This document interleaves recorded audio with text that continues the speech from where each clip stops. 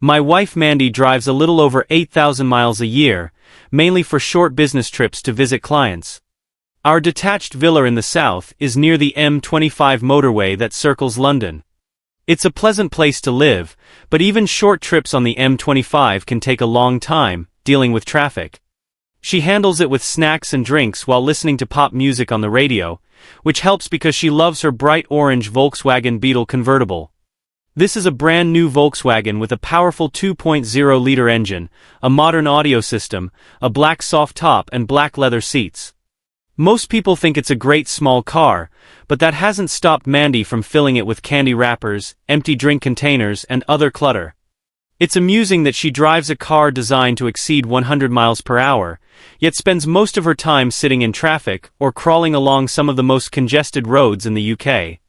Mandy's first car in college was an old Volkswagen Beetle, and she told me she had fond memories of that car before we met, back when she lived with her parents. I didn't ask, but she probably has some pleasant memories from her younger days in that cramped Beetle.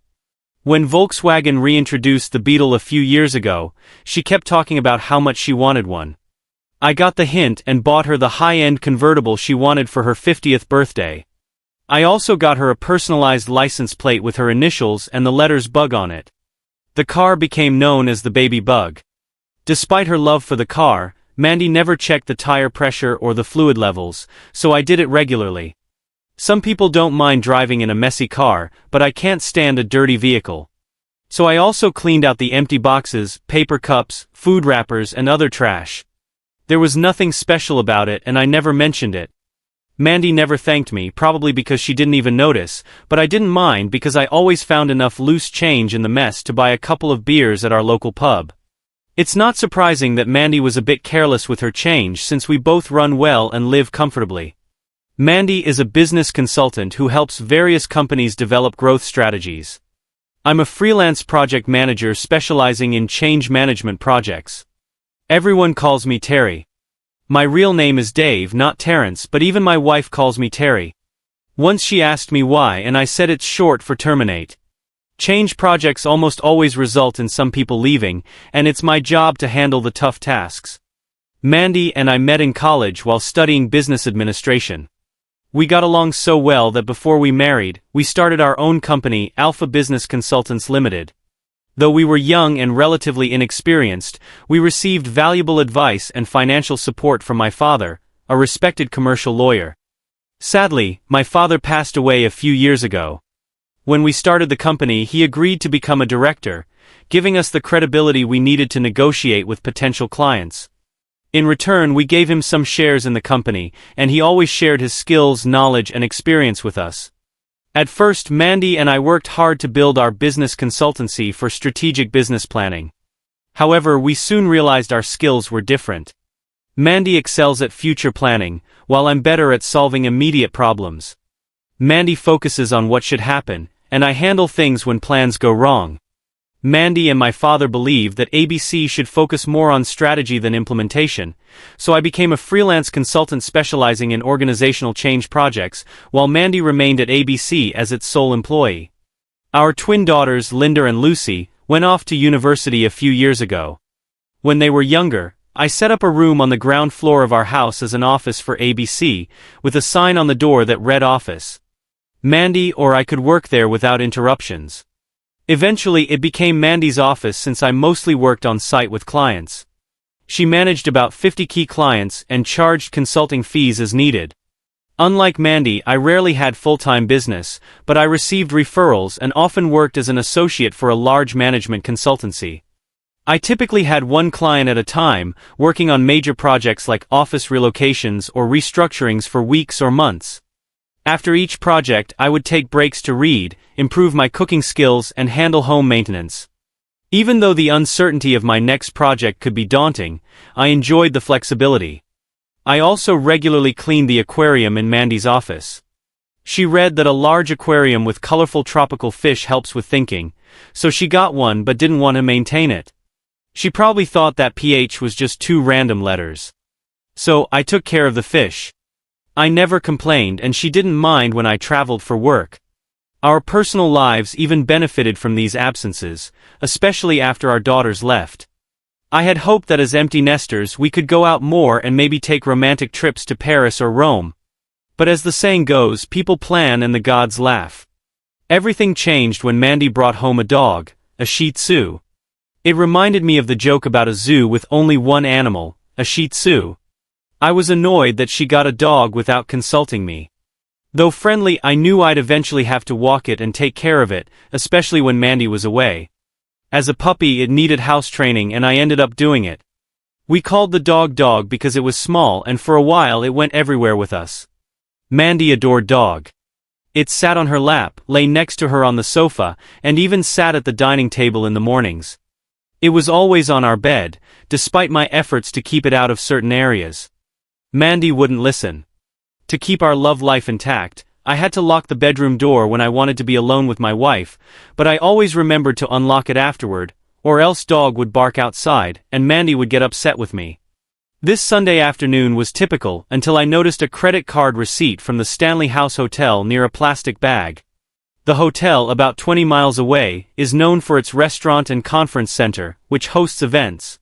The amount on the receipt suggested lunch or dinner for 2 or 3 people.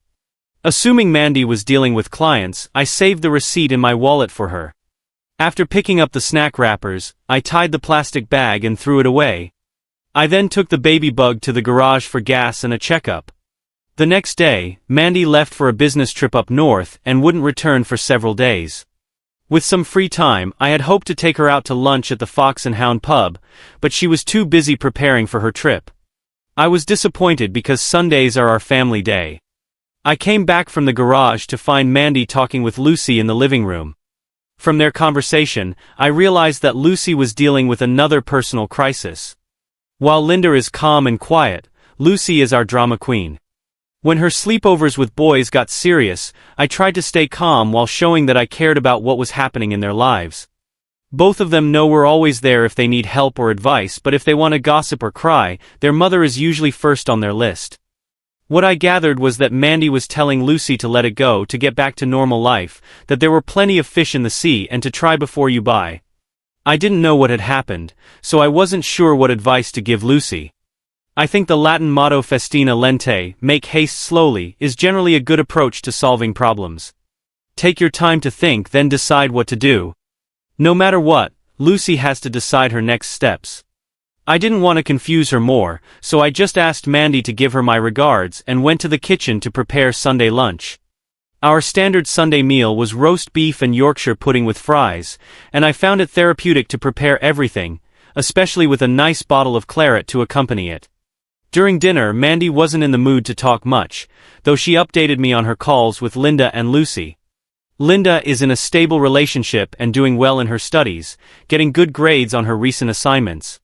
Things weren't going as smoothly for Lucy, whose boyfriend had broken up with her after catching her kissing someone else. I suggested that Lucy's boyfriend might forgive her if given time to change his mind, but I doubted there was any way to go back. If Lucy started looking for new opportunities, that might be best. Mandy, on the other hand, believed Lucy should forget about the relationship and find new ways to have fun. After dinner, I took Doug for his evening walk, and after making sure the poop bag was well sealed, I threw it in the trash outside. I watched some TV in the living room while Mandy went to her office with Doug to finish preparing a presentation for her client. I loaded the dishwasher and went to bed, tossing and turning before finally falling into a restless sleep. I noticed that Mandy came to bed much later, but when I woke up she was already up. Instead of my dear wife, I found myself face to face with Doug and his smelly dog breath. There's nothing like mornings she'd sue breath to get you out of bed in half the time. I muttered something as I took Doug out for his morning toilet before joining Mandy in the kitchen. We chatted briefly about the weather while waiting for the morning rush on the M25 to clear. Then she kissed me on the cheek, petted Doug lovingly, and climbed into the baby bug before driving off. After she left, I remembered the receipt in my wallet and decided to leave it on her office desk. That's when I noticed that the check had cleared at 10:18 a.m., probably payment for an overnight stay. This didn't make sense. Maybe she had a business event and didn't want to come home? I could ask her later and there was probably a simple explanation, but with some free time, I checked my calendar to see where I had been that day. I wasn't home that week, but Mandy was supposed to go north for 3 nights. The check was issued the morning after she left, so she only managed to travel 20 miles before staying the night at Stanley House Hotel. If it was a business event, I could have easily driven her and picked her up, saving the cost of a hotel stay. I sat in her office, looking at the receipt. I hadn't noticed anything unusual in her behavior. We were still intimate regularly, but I couldn't help wondering if this was evidence of an affair. I felt shocked but mostly confused. I had no idea she could be involved with someone else, and I had no suspects. It was also hard to understand why she would book a hotel room when she could have taken advantage of my regular absences and had fun at home. Maybe she did both, or perhaps there was an innocent reason for her stay at the Stanley House Hotel. That afternoon, as I sat there trying to figure out what might be going on, I realized she could be doing the same thing right now on her current assignment. I dialed the phone number on the receipt, hoping my suspicions were unfounded. I asked the polite woman who answered if I could speak with their guest, Mrs. Amanda Carmichael. She apologized and said she couldn't connect me. I felt relieved for a moment, but instead of saying there was no reservation under that name, she explained that Mrs. Carmichael hadn't checked in yet. Check-in started at noon, and it was only 10:30 a.m. "Would you like to leave a message?" she asked. Of course, I could have left a message like, "Your husband called and wants to know what the heck you're doing there," but that wouldn't have given me the answers I needed. So, I politely declined. I made myself another cup of coffee and considered my next steps. Unlike the fools running our country, I wasn't going to waste time avoiding the issue or inventing my own version of reality. Going to the hotel and confronting Mandy might not solve our problems, but at least I could take immediate action, whatever the consequences. Perhaps there was an innocent explanation. On the other hand, maybe she had a lover and was cheating on me. I decided to face the situation head-on. I put Doug in the garden, planning to clean up after him when I got back, then got in the car and headed to Stanley House Hotel. It was noon when I arrived, and I immediately saw the baby bug in the parking lot, so Mandy had probably already checked in. I parked 4 rows away and called Mandy on her cell. She answered almost immediately. "Hi Terry, how are you? I just heard there was a serious accident on the motorway and wanted to check if you're okay. Traffic's a bit tricky, but I didn't know there was an accident. Is it on the M25? I might have passed it before it happened." "Oh yes, I'm passing through Watford. Thanks for checking in. Okay, let me know when you arrive safely. Okay, bye." After hearing this, I decided to take a walk around the hotel to see if I could catch her by surprise. Maybe she was having lunch with her lover before heading out for the afternoon. If she wasn't visible in the public areas, I would call her room and ask to meet. I entered the hotel and headed to the Brasserie restaurant. There weren't many people there, and Mandy was nowhere to be seen. I decided that the lobby bar would be a good observation spot before calling her room. I figured I'd sit for a while to see if she or whoever she was meeting would appear. I still wondered if she might be there for some other reason and just hadn't told me. As I crossed the lobby, I noticed a large bulletin board listing the various function rooms and events happening that day. It seemed like a quiet Monday, with the only event of interest being a private party at the spa and fitness center at 7 p.m. I wondered what kind of private party would take place in a spa. Perhaps these were people who wanted to enjoy the facilities without the burden of clothing. Maybe my wife had joined a naturist fitness group. I asked the receptionist about the private party. She seemed a little confused by my question, and politely said she couldn't provide any information about it.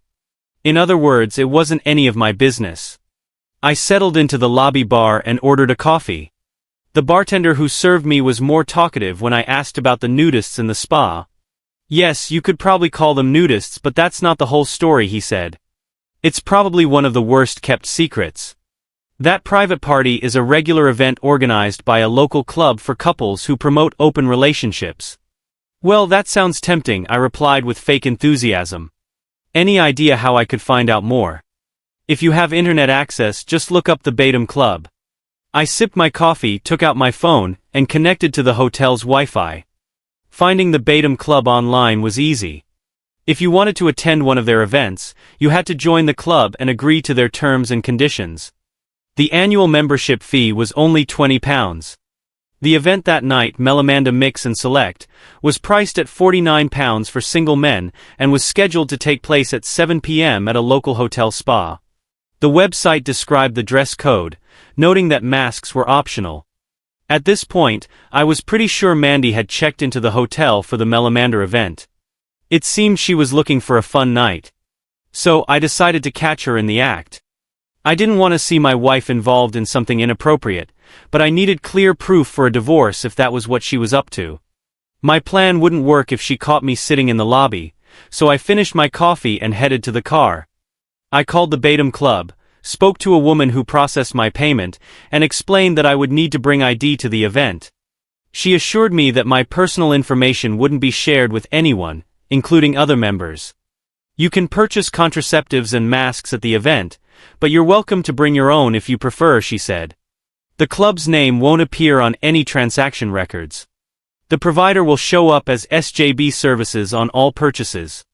I returned home to check on Doug and prepare for the meeting at the Betrayal Club. I wasn't sure I was on the right track until I reviewed our online finances, including ABC's bank accounts. Unfortunately, it seemed I was right. Over the past year, periodic payments had been made to SJB Services, presumably for Mandy's membership and various events she attended. I printed the bank statements.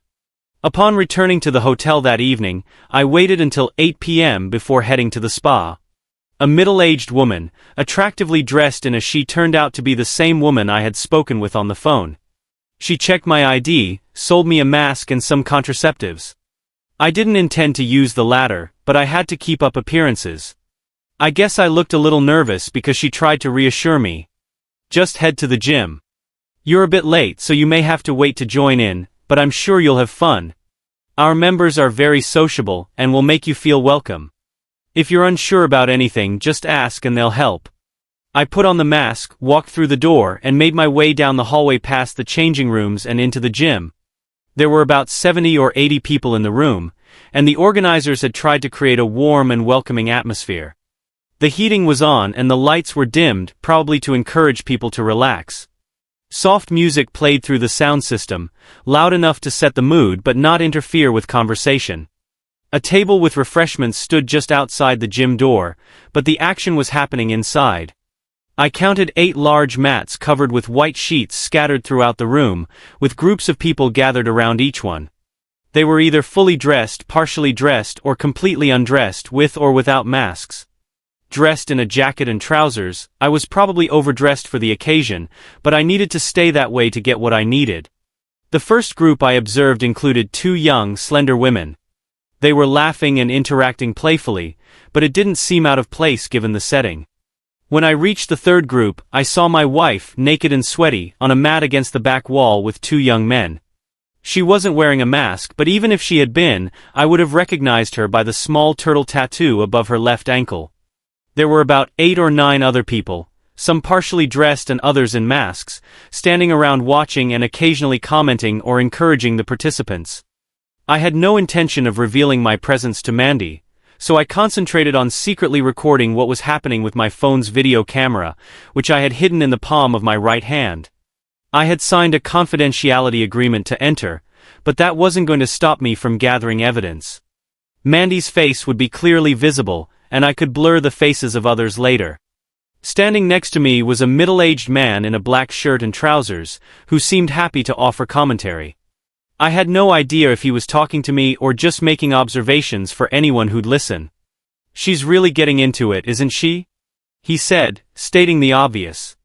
After a brief pause, he added, "Just look at how well she's handling 2 at once." Another woman, who appeared to be around Mandy's age and was leaning against a similarly aged man, chimed in, "Oh yes, we've been with her a couple of times." She turned to the man in black and said, "I'm sure she'd be delighted if you wanted to join in." "Sounds tempting," the male commentator replied. Part of my mind was screaming in misery, but I locked it away in a dark corner. The other part of my mind was clear and focused on gathering evidence. I knew there was a good chance I had recorded both visual images of Mandy and the comments being made. Whatever my mood, I had seen enough and wasn't going to stay. The woman at the spa reception was surprised that I was leaving so soon, but I told her I had forgotten something and would be back shortly. Saying I was upset would be an understatement. I was trying to come to terms with the fact that Mandy was having fun with a bunch of strangers. Our special relationship felt completely devalued and, as a result, worthless. I was in shock, but after leaving the hotel I began to experience physical and mental reactions to what I had just seen and heard. Nausea and an empty feeling filled my stomach, and my mouth felt dry, almost as if I had food poisoning. At the same time, I felt an overwhelming sadness, so deep that I had to sit in the car for a while before I could drive home. Slowly, my mind started building a barrier around the resentment, sadness, and pain. It wasn't any easier for me just because I knew all about managing change in adverse circumstances. I wasn't going to waste time in denial. She had been with others, after all. I saw it with my own eyes. Of course, I was angry, but I accepted the inevitability of change and knew I needed to respond, make adjustments, and control the process as much as possible. Sadness and anger would be close companions for a while, but I decided to take immediate action. I wanted to be proactive, not get stuck trying to understand the cause and effect. When I got home, I already had an idea of how to take action, manage the inevitable changes, and work toward the outcomes I wanted, not the ones being imposed on me. I waited to see if I felt the same in the morning. Festina lente, make haste slowly. In the meantime, I took Doug for a short walk to let him relieve himself, and then tried to numb the pain with a couple of shots of Glenfarclas. I didn't sleep well and felt terrible the next morning, but Doug and I were going on a trip. I've always thought of Cornwall as the toe of England, situated in the southwest and facing the Atlantic Ocean. These days, much of Cornwall is practically a haven for wealthy retirees from London, who have bought up all the small houses that once belonged to Cornish fishermen. The hard-working fishermen have been replaced by the silver-haired, wrinkled Mr. and Mrs. Beach. Many of these elderly people have dogs to keep them company and to encourage daily walks for their health. I considered taking Doug to Belgium, but he didn't have a microchip or a pet passport, so that wasn't possible. It was probably for the best that he didn't have a chip implanted because it meant he couldn't be tracked. Besides, Cornwall was farther from the south than Brussels. The trip to Newquay took more than 5 hours, with a brief stop along the way to let Doug stretch his legs and relieve himself. The kind lady at the animal shelter was happy to take him off my hands when I told her I had found him wandering the streets of Newquay without a collar or any sign of an owner. She immediately recognized Doug as a Shih Tzu, and I tried to tell her my joke about the zoo, but she didn't get it. She assured me that the dog would easily find a new home, even if his owners weren't found, as he was exactly the type of small dog elderly people sought. I was glad Doug didn't whimper as I left. I decided to look for a countryside pub for a late lunch. When I asked the man behind the counter in a service station where I could eat, he said, "You can go to the White Horse." I probably looked surprised for several seconds until I realized he meant the nearby White Horse Hotel. Soon I was sitting alone at a table in a quiet corner of the pub with a plum's lunch and half a pint of good beer. I checked my phone for messages and then called Jim Savage. Jim is a senior partner at a large management consultancy based in the South. Mandy and I have known Jim for a long time because he is ABC's main competitor. Jim is a fairly likable character, but he's a bit of a wolf in sheep's clothing when it comes to business. Shortly after Mandy and I started ABC, Jim went out of his way to neutralize us. He offered us a well-paying job if we closed ABC and joined him. There's no doubt Jim would have hired us, but he would have fired us later when it suited him. Over the years, we didn't take Jim's offer but bumped into him occasionally at various business events hosted by the local Chamber of Commerce. Jim was very interested in what I had to say, and despite the urgency he agreed to meet with me the next day. By the time I got back to the south it was dark, and I decided to call Mandy to tell her about Doug. I still felt angry, but at least I had taken steps to calm that anger. I was confident I could talk to her without revealing what I had in mind. Coincidentally, my phone rang before I could call her. "Hi, Mandy," I said.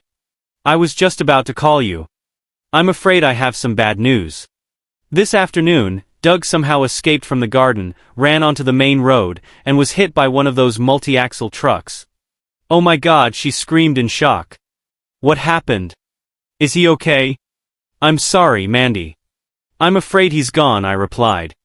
I didn't see it myself, but a neighbor told me she saw him slip under the gate and run down the street. She couldn't stop him. The truck driver didn't stop either. Maybe he didn't know he had hit a small dog. I couldn't do anything.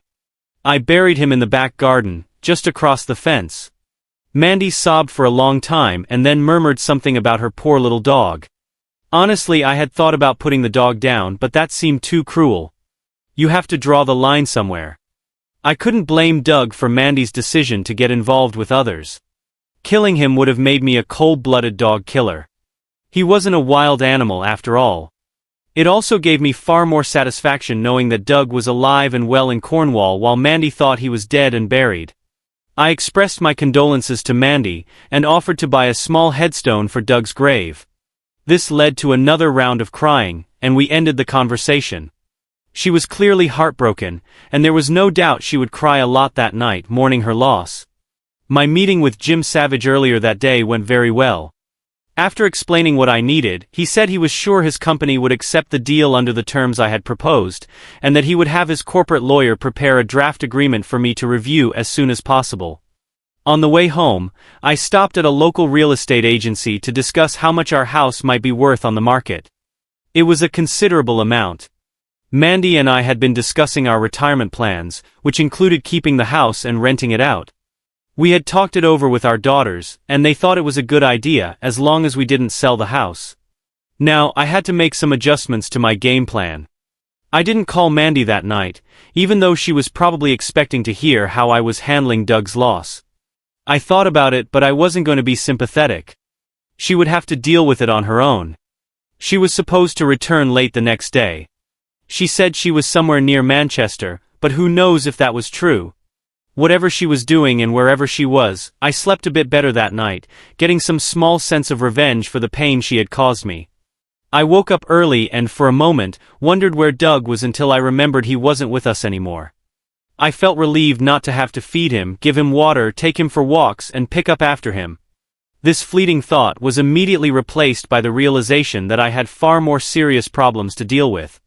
In England, divorce lawyers are called family lawyers, specializing in family law, which mainly deals with divorces and end-of-life matters. There are plenty to choose from, and there isn't much difference between them. I didn't need anyone local, so I called and made an appointment with a family lawyer in Dorking. The name of the town appealed to my twisted sense of humor, and it wasn't far away. I got an appointment for the afternoon, and with plenty of time, I checked the website of the Driver and Vehicle Licensing Authority for personalized license plates. Then I visited a jeweler and did some shopping before heading to Dorking. In between, I made several phone calls to business partners. By the time I arrived at the family law office, I was a little nervous. I never expected to find myself in this situation. The secretary did her best to calm me, and brought me a cup of coffee while I waited. The lawyer turned out to be a middle-aged woman who listened attentively to my story, but advised me not to rush. For a moment, I wondered if she shared my wife's passion, but then I realized she was probably just interested in delaying the process to make more money. In my experience, lawyers are greedy and rarely turn down potential clients, no matter the circumstances. I pointed out to the lawyer that the divorce petition could always be withdrawn later. Of course, from my perspective that was unlikely and the lawyer probably didn't care, but she seemed satisfied that we had discussed options. We agreed to file for divorce on the grounds of Mandy's infidelity. When Mandy came home that night, she didn't get her favorite meal. I decided to make an extremely spicy beef curry, one of my favorite recipes, but one she couldn't stand. That was fine by me, and it gave me an excuse to drink some of the excellent Scottish craft beer I enjoy so much.